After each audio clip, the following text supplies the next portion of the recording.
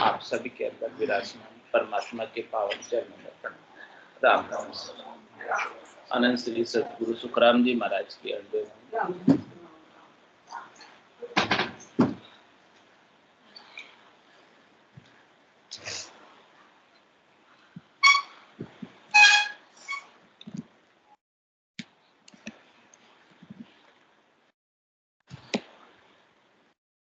ब्रह्मचारी जी के साथ संवाद चल रहा है महाराज का। महाराज फरमा रहे ब्रह्मचारी जी के साथ संवाद के माध्यम से, नासिकेत यहाँ आण बताया ऋषि, सभी ऋषि धर्मपुरी में भाया। जोगी सकल जुग के माई, देवलोक में कबहु न जाई। जिनको भेद कहूँ तुझलाई, देह दर मिले जगत के माही। ए परम मोक्ष किम मिलिया जाए, सो तुम भेद कहो मुझे आए। कह सुखी राम सुनो ब्रह्मचारी, मोक्ष मिले वा भगति न्यारी। मोक्ष गयो आवे नहीं कोई, तीन लोक में नकल न होई। पापुई पार ब्रह्म को देखे भाई, तो मोक्ष मिलो आवे जुग माही। मोक्ष मिलन बहु राह न होई, बहुत कहे जहाँ गमन कोई। गिगन चढ़न को पवन नियारा, यू मोक्ष मिलन को एक विचारा। चौदिस उड़िया गेण नहीं जावे, यूं बहुता पंथ में मोक्ष न पावे। बहुत पंथ एक ही होई, मोक्ष पंथ या में नहीं कोई। बहुत पंथ तज एक संभावे, सो भी मोक्ष कबाऊ नहीं जावे। क्या तो बहुता माया सुशाई, मोक्ष पंथ न्यारो सुन भाई। मोक्ष पंथ ठेठ सुई न्यारो, जो पंछी को उड़न विचारो। तिरछी उड़ान सकल अवलाई, आडे उड़न जूट सब भाई। बहुत पंथ जे पग का होई, जहाँ पीपल वेद कहे सोई। महाराज फरमा रहे हैं कि नचिकेता देख कर आया। विश्वामित्र जी ने उदालक जी के पुत्र नचिकेता को सदैव स्वर्ग में भेज दिया था अपने तपस्या के बल से, लेकिन वहां इस देह के साथ प्रवेश निषिद्ध। तो गया तो सही, लेकिन वहां से वापस लौटा दिया कि आप इस मलमूत्र की काया से यहाँ इस स्वर्ग में नहीं आ सकते, आपको तेजपुंज की काया धारण करनी पड़ेगी। तो वहां उन्होंने देखा था, जब गया था तब थोड़े पल के लिए, एक दो पल के लिए, थोड़े से समय के लिए, कि सभी ऋषि जो जब तक योग व्रत उपवास तीर्थ सेवा पूजा अर्चना करके वहां पहुंचे, पुण्य का कार्य करके, भलाई का कार्य करके, उपकार का कार्य करके, सब प्रकार के शुभ कर्म करके, सभी उधर ही विराजमान, सब उधर ही बैठे हुए दिख गए। और सब वहां सुखों के भोग में, सब सुखी है वहां पर स्वर्ग में। लेकिन वो स्वर्ग का सुख भी कितने दिन रहता है, कितने समय रहता है? जब तक उनके खाते में पुण्य जमा, पुण्य ही जब तक है, तब तक वो वहाँ के सुख, वहाँ का लील विलास, वहाँ का आनंद ले सकते हैं। और जैसे ही इन सुखों का भोग करने से पुण्य पूरी हो जाती है, तो फिर वहाँ से वापस उन्हें भेज दिया जाता है। और कह रहे महाराज, जोगी सकल जुग के माई, देवलोक में कबू न जाए। अष्टांग योग सांख्य योग की साधना करने वाले संसार में रहते हैं, वो अपने देह को महाप्रलय तक अमर कर ले। यानी जब तक महाप्रलय नहीं होता है, तब तक वो अपने देह को योग की साधना से श्वासों को ऊपर चढ़ाकर, ब्रह्मांड में चढ़ाकर शुद्ध जड़ समाधि में इस देह को स्थिर कर लेते हैं। लेकिन महाप्रलय में भी उनको जाना पड़ता है, महाप्रलय में वो बच नहीं पाते हैं। जिनको भेद कहूँ तुझ लाई, दह धर मिले जगत के माही।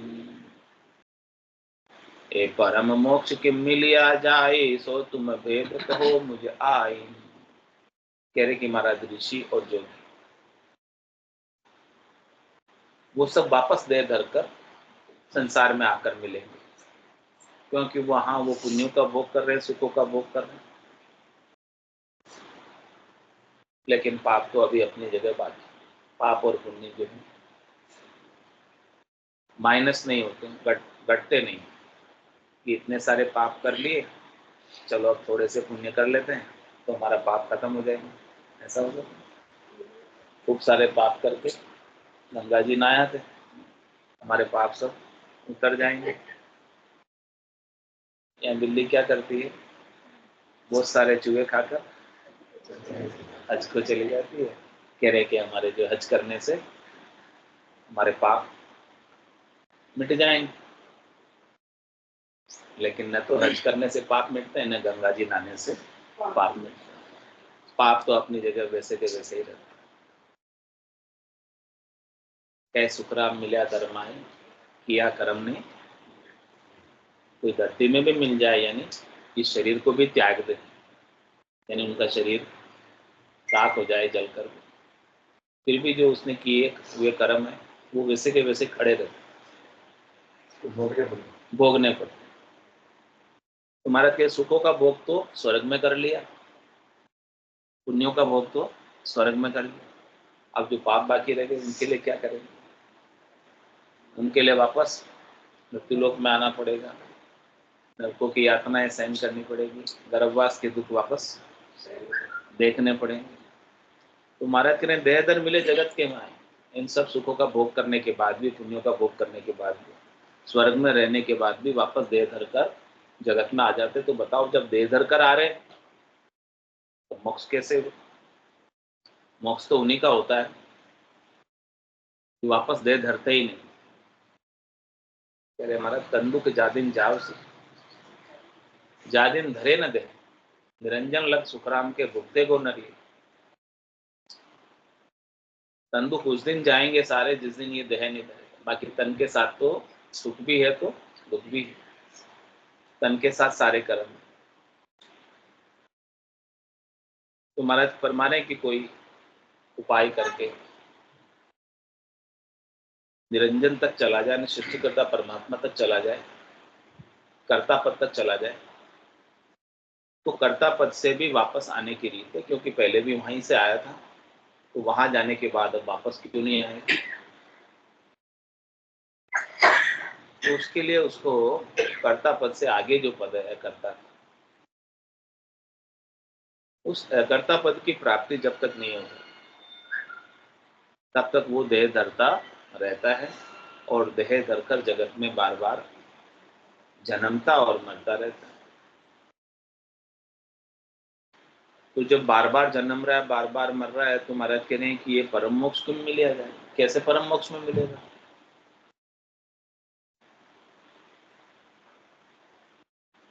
वो तो बार बार यहाँ आ जाते हैं, जो बार बार आ जाते हैं वो परम मोक्ष में नहीं मिले। परम मोक्ष में मिले तो उनकी ये सेना नहीं कि वो इधर दिखाई नहीं देंगे, इधर आएंगे नहीं। इधर आ रहे हैं, कुछ काम कर रहे हैं, इसका मतलब इधर ही है, तभी आ रहे हैं काम कर, नहीं तो आते कैसे, काम कैसे कर, नहीं होते इधर। तो ए परम मोक्ष के में मिलिया जाए, सो तुम वेद कहो मुझे आई। महाराज पूछ रहे ब्रह्मचारी, ये ब्रह्मचारी जी आप मुझे इनका वेद बताओ कि जब वो आ रहे हैं तो परम मोक्ष में कब गए, कैसे गए? परम मोक्ष में जाने के बाद तो आने की रीत है ही नहीं, वहां से तो वापस आवागमन होता ही नहीं, वहां तो जाकर स्थिर हो जाते परम पद में, आनंद पद में। इसलिए महाराज ब्रह्मचारी जी को कह रहे हैं, कहे सुखी राम सुनो ब्रह्मचारी, मोक्ष मिले वा भक्ति न्यारी। इस प्रकार से परम मोक्ष में जाने की भक्ति बिल्कुल अलग। नाम कला विधि न्यारी हो संतो, नाम कला विधि जो जाने सो पार पहुंचता, और वार का जिन्होंने नाम की कला को जान लिया वो तो परम मोक्ष में चला गया, और जो नहीं जाना वो वार का वार, यानी उधर का उधर ही खड़ा है, भवसागर में ही खड़ा है।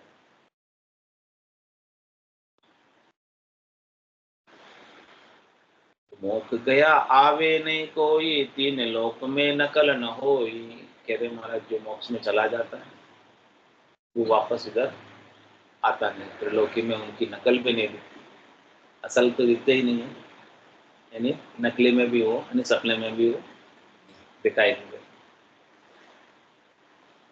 यानी उनकी छाया भी नहीं छूटती इधर, चले गए।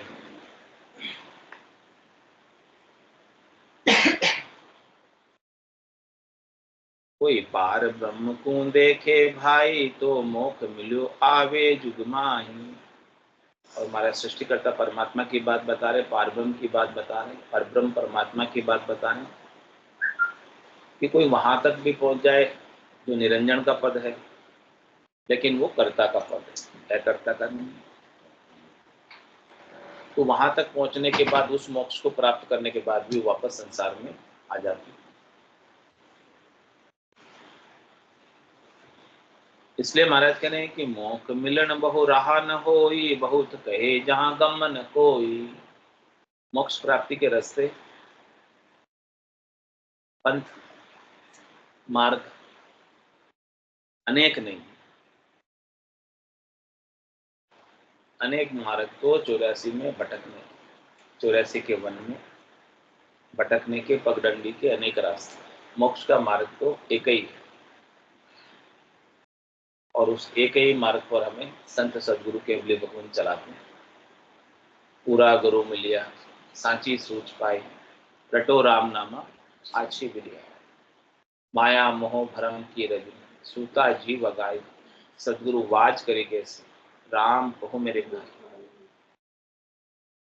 वेद सहित ज्ञान घटावे, प्रेम भाव नैचो मन पावे। मोक्ष मिलन की यही है उपाय, दूजी नहीं सृष्टि में।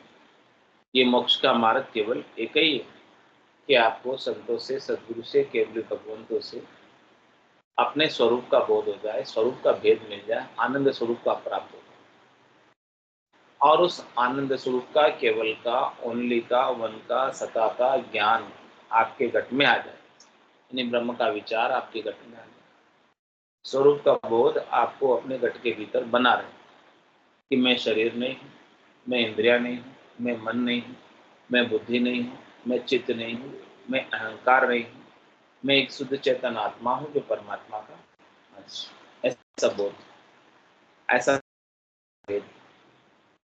और कह रहे महाराज कि प्रेम भाव ने जो मन पावे, आपके मन को प्रेम हो जाए परमात्मा के नाम के सुमरन से, सदगुरु के ज्ञान से, अपने स्वरूप से, निज रूप को निरखे, निज रूप से प्रेम हो जाए। तो महाराज कह रहे मोक्ष मिलन की यही उपाय, यही आपके मोक्ष का उपाय है कि आपको अपने निज रूप से प्रेम हो गया, आपको अपने निज रूप से हेत हो गया, आप अब अपने निज रूप में ही रमण करते हैं। अब बाहर के रूप आपके लिए गौण, बाहर के सुख आपके लिए गौण, बहिरंग परचे गौण, गठ परचो का आनंद, अंतर्मुखी हो, बहिर्मुक्ता सारी समाप्त। यही महाराज कह रहे हैं कि मोक्ष मिलन की यही है उपाय, दूजी नहीं शिष्ट में भाई। दूसरा और कोई रास्ता है ही नहीं परम मोक्ष में जाने का, जीते जी होगी। इसलिए कह रहे मोक्ष मिलन बहु रहा ना हो, मोक्ष प्राप्ति के बहुत रास्ते नहीं, बहुत रास्ते तो भटकने के। तो कह रहे बहुत गए जहाँ गम न कोई, जो बहुत रास्ते बताते हैं मोक्ष के कि सारे रास्ते एक ही जगह पहुंचते, तो महाराज कह रहे उन्हें असली रास्ते की पता नहीं, इसीलिए वो अनेक रास्ते बताते, अनेक रास्तों में तो भटकाव है, अनेक उपाय करते हैं मोक्ष प्राप्ति। तो महाराज के अनेक उपायों से, करने से, क्रिया से तो कर्मों का बंध ही होता है, चाहे शुभ हो चाहे अशुभ। जब तक बेकरने की चीज हाथ नहीं लगेगी, किसी अमूलक वस्तु हाथ नहीं लगेगी, तब तक परम मोक्ष नहीं होता। गगन चढ़न को पवन नियारा, यू मोख मिलन को एक विचारा। कह रहे महाराज कि आकाश में उड़ान भरनी, गगन में चढ़ना, तो उसके लिए भी आपको तरीका आना चाहिए, उड़ने भेद मिलना चाहिए, रहस्य की बात पता होनी चाहिए कि किस प्रकार से आकाश में उड़ा जाता है। वो जब तक भेद नहीं पता हो तब तक तो उड़ नहीं सकते, उड़ने का भेद नहीं।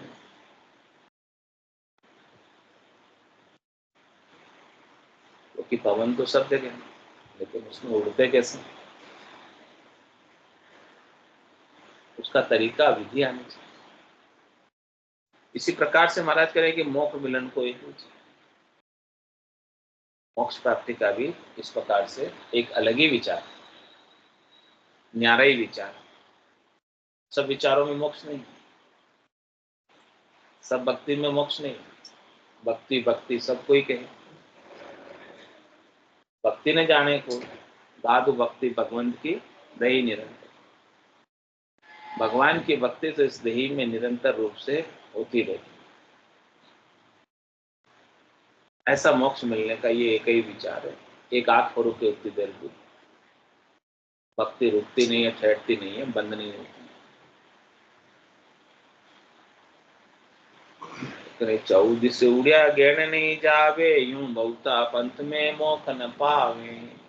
कह रहे चारों दिशा में उड़ रहे, कभी इधर गए, कभी इधर गए, कभी पूरब, कभी पश्चिम, कभी उत्तर, कभी दक्षिण, थोड़ा थोड़ा सब दिशाओं के अंदर प्रयास किया। तो महाराज सुब्रमण्य है कि चारों दिशाओं में आप थोड़े थोड़े उड़े तो आप गंतव्य तक नहीं पहुंच पाओगे। आपका गंतव्य तो एक तरफ उड़ान भरोगे तब जाके आएगा। इसलिए आप बहुत पंथों में, मतों में, संप्रदाय में अटकोगे तो वहां मोक्ष मिलने वाला।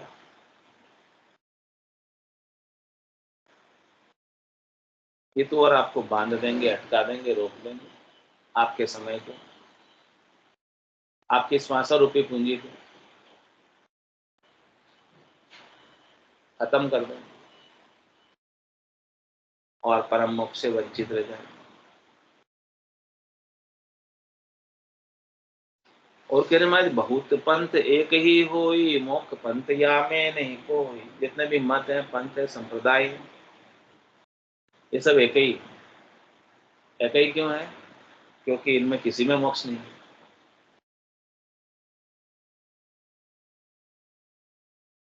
ये सब हद के व्यवहारों में नहीं।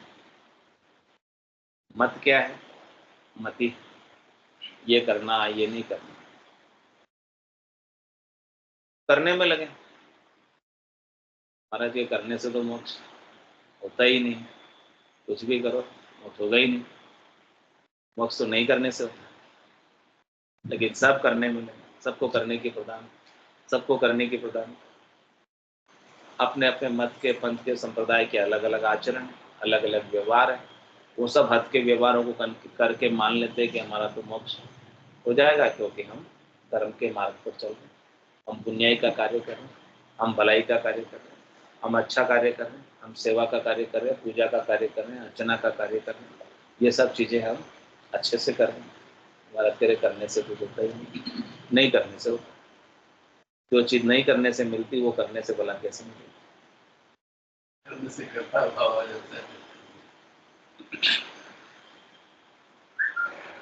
करनी किया कशा वो काया, सब फलदायक जीना। कह सुखराम राम बिन रटिया, फिर 84 दिन। खूब करनी करते हैं, खूब क्रिया करते हैं, लेकिन सबके अपने अपने फल, वो फल मिल जाते हैं।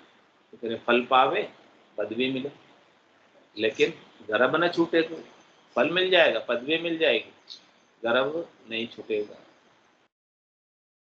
तो इस प्रकार से कह रहे हैं कि सारे मत पंथ संप्रदाय एक ही, कोई अलग नहीं, क्योंकि किसी में मोक्ष है ही नहीं, तो एक ही है। तो सब करने में विश्वास करें। इसलिए महाराज कह रहे बहुत पंथ तज एक संभावे, तो भी मोक्ष कबहु नहीं जावे। कोई कहे कि भाई इतने मत पंथ संप्रदाय मत उलझो, एक मत को, एक पंथ को, एक संप्रदाय को पकड़ लो। लेकिन महाराज के मोक्ष किसी मत में, पंथ में, संप्रदाय में बंधा हुआ ही नहीं है। मोक्ष तो मुक्त है, स्वतंत्र है। किसी एक मत पंथ संप्रदाय में बंधा होता तो सब वहीं लगकर मोक्ष को प्राप्त कर लेते। लेकिन कह रहे कि एक में भी नहीं, कोई सबको छोड़कर एक पर आते हैं। लेकिन महाराज के एक मत पे आने पर भी वो मत ही है, लेकिन मोक्ष मत से अलग, यानी बुद्धि से अलग है। मत किसकी होती है? बुद्धि की होती है, लेकिन मोक्ष बुद्धि से अलग है। इसलिए महाराज कह रहे हैं कि किसी एक मत में गए, यानी बुद्धि के एक साइड में गए, तो किसकी बात होगी? पक्ष की बात होगी, एक साइड में जाना। और मोक्ष तो निष्पक्ष है, किसी भी पक्ष में पढ़ोगे, चाहे अच्छा पक्ष पकड़ो चाहे बुरा पक्ष पकड़ो, बात तो पक्ष की हुई ना, निष्पक्ष बात हुई का। निष्पक्ष का निर्णय कहाँ हो? निष्पक्ष तो वही है कि जिसमें न उसे कोई भला लगे न उसे कोई बुरा लगे। जब लग भली बुरी सब व्यासे, काम क्रोध अहंकार, तब लग उरे परे नहीं पहुंचता, त्रिकुटी तत्व विचार। कह रहे विचार तो तत्व का कर रहे त्रिकुटी में, लेकिन अभी तक कुछ अच्छा भी लग रहा है, कुछ बुरा भी लग रहा है। तो महाराज कह रहे बुरा भला लग रहा है, इसका मतलब अभी मति तक सीमित, अभी बुद्धि आपकी बता रही है कि ये अच्छा है ये बुरा। अभी बुद्धि ऐसी नहीं हुई है, वासुदेव सर्वम वाली बुद्धि नहीं हुई, सबके अंदर एक ही परमात्मा है, न कोई भला है न सब जगह ईश्वर रूप है, भलो बुरो नहीं कोई, जाकी जैसी भावना जैसो ही फल। सिया राम में सब जगह जाने, करो प्रणाम जोर। ऐसी बुद्धि अभी हुई नहीं, इसलिए कोई अच्छा लगता है कोई बुरा लगता है। तो अच्छे और बुरे के अंदर भी महाराज कहने हैं कि लग रहा है तब तक तो मोक्ष में पहुंचे नहीं, अभी ऊपर पहुंचना बाकी है, जहां पर अच्छा बुरा लगना ही मिट जाए, सब परमात्मा रूप ही दिखाई देने, सब राम रूप ही दिखाई देने। जिस दिन सब राम रूप दिखाई देने लग जाएंगे, उस दिन महाराज कह रहे हैं कि आपका जीते जी मोक्ष यहीं का यहीं हो, और मोक्ष के लिए कहीं जाने की जरूरत भी नहीं है। बहुत पंथ एक ही होई, मोक्ष पंथ या में नहीं कोई। बहुत पंथ तज एक संभावे, सो भी मोक्ष कबहु नहीं जावे। इस प्रकार से एक मत को कोई पकड़ते हैं तो एक मत में भी मोक्ष नहीं है, क्योंकि वो मत भी पक्ष का है, निष्पक्ष नहीं, और मोक्ष निष्पक्ष है। या बहुता माया सुशाई, मोक्ष पंथ न्यारो सुन भाई। कहने की जो बहुत है ना करनिया, उनसे क्या प्राप्त होती है? माया प्राप्त होती है। और मोक्ष के लिए क्या चाहिए? परमात्मा चाहिए। करनियों से तो माया मिलती है। तो सारे पंथ, सारी करनियां, सारे साधन माया से भरे हुए हैं। अरे और सकल माया रस भोग, सब माया के रस का भोग कर रहे हैं।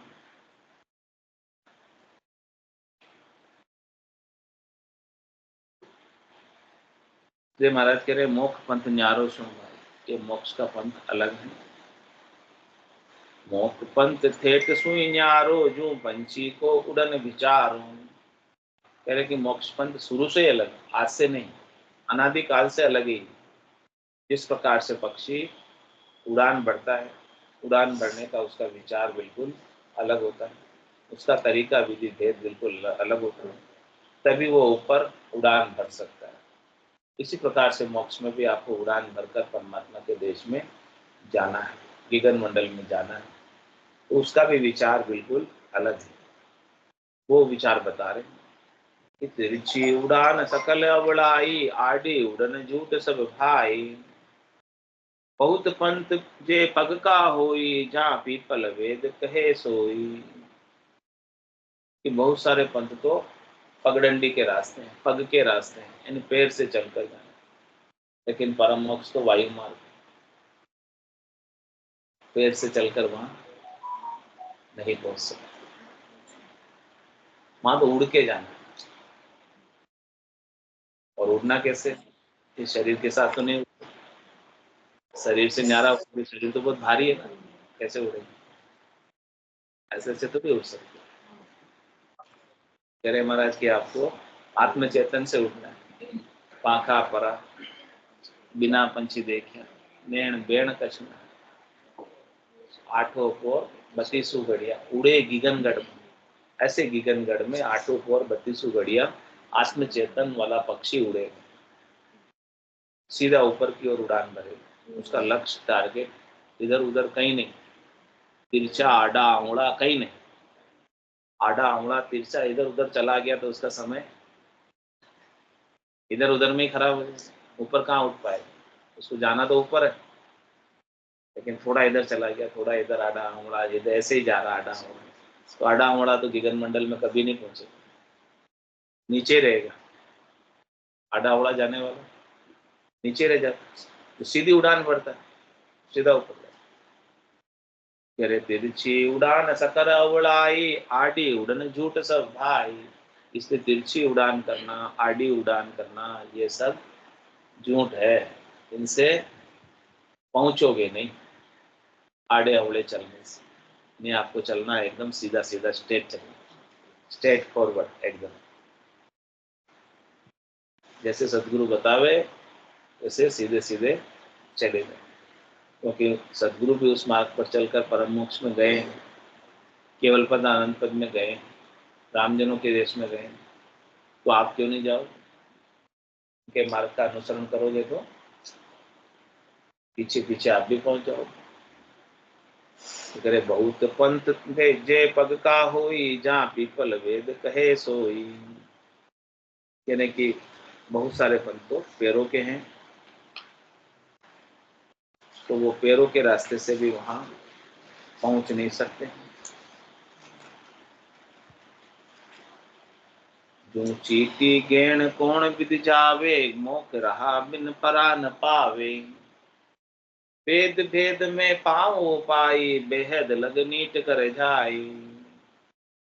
कह रहे कि महाराज चीटी भला आकाश में कैसे जा पाई, कैसे उड़ पाई? चीटी इतनी हल्की होती है फिर भी आकाश में नहीं जा पाती। लेकिन कह रहे कि पक्षी भले कितना ही भारी हो, बाज, वो आकाश में उड़ जाता है, क्योंकि उसके पास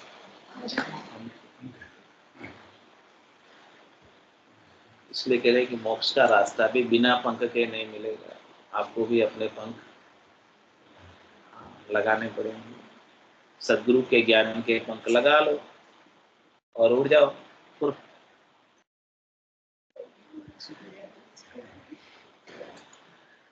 ज्ञान के पंख से उड़ सकते, पंख होता तो उड़ाते, पंख होते उड़ाते अपने पिया से मिलने के लिए, पति स्वरूप परमात्मा से मिलने के लिए। ये आत्म सुंदरी पंख होते तो उड़ाते। तो सदगुरु आपको पंख दे रहे हैं, दिव्य चक्षु दे रहे हैं, ज्ञान चक्षु दे रहे हैं, सूरज चक्षु दे रहे हैं, ब्रह्म चक्षु दे रहे हैं। कह रहे इन पंखों को आप लगा लो, ज्ञान के पंखों से आप हाँ उड़ जाओ इस संसार से। संसार की आसक्ति छोड़ दो, चाहना छोड़ दो, इच्छा छोड़ दो, वासना छोड़ दो, आशा छोड़ दो, तृष्णा छोड़ दो, मनोरथ छोड़ दो, मनोकामना छोड़ दो, संकल्प विकल्प, ये सब आपको बांधे हुए, इन सब से आप भारी हो रहे, कर्मों की गठरी से आप भारी, इन सब को यहीं उतारो, एकदम हल्के हो जाओ और ज्ञान के पंखों से उड़ जाओ गगन में। राम नाम के पंखों से उड़ जाओ गगन में, श्वास उसास के पंखों से उड़ जाओ गगन में।